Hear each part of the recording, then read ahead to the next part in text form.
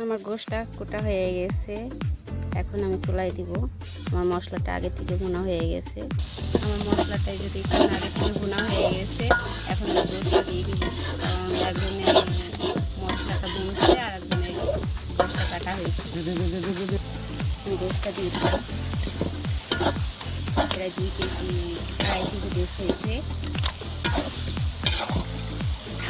বেশি করে দিয়ে দিলাম। এখন ভালো করে গোশটা ভুনা হবে, তারপরে চিতাই পিঠা দিয়ে আমরা গোশটা ভালো করে সেদ্ধ করে নেব।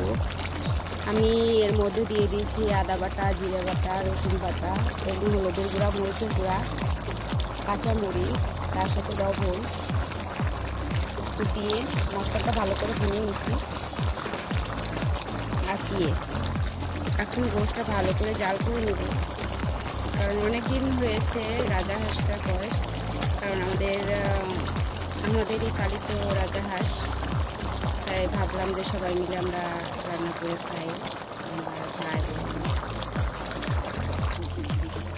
প্রায় 3 কেজি 2.5 কেজি গোশের মতো হয়েছে। আমি নিজেই এটাকে কেটে নিয়েছি, অনেক কষ্ট হয়েছে।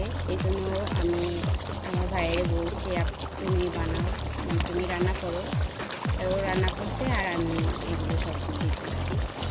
তাই ভাবলাম যে আপনাদের সাথে সবার সাথে শেয়ার করি। কষানো হয়ে গেছে, এখন ঝোলের পানি দিয়ে দেওয়া হয়েছে।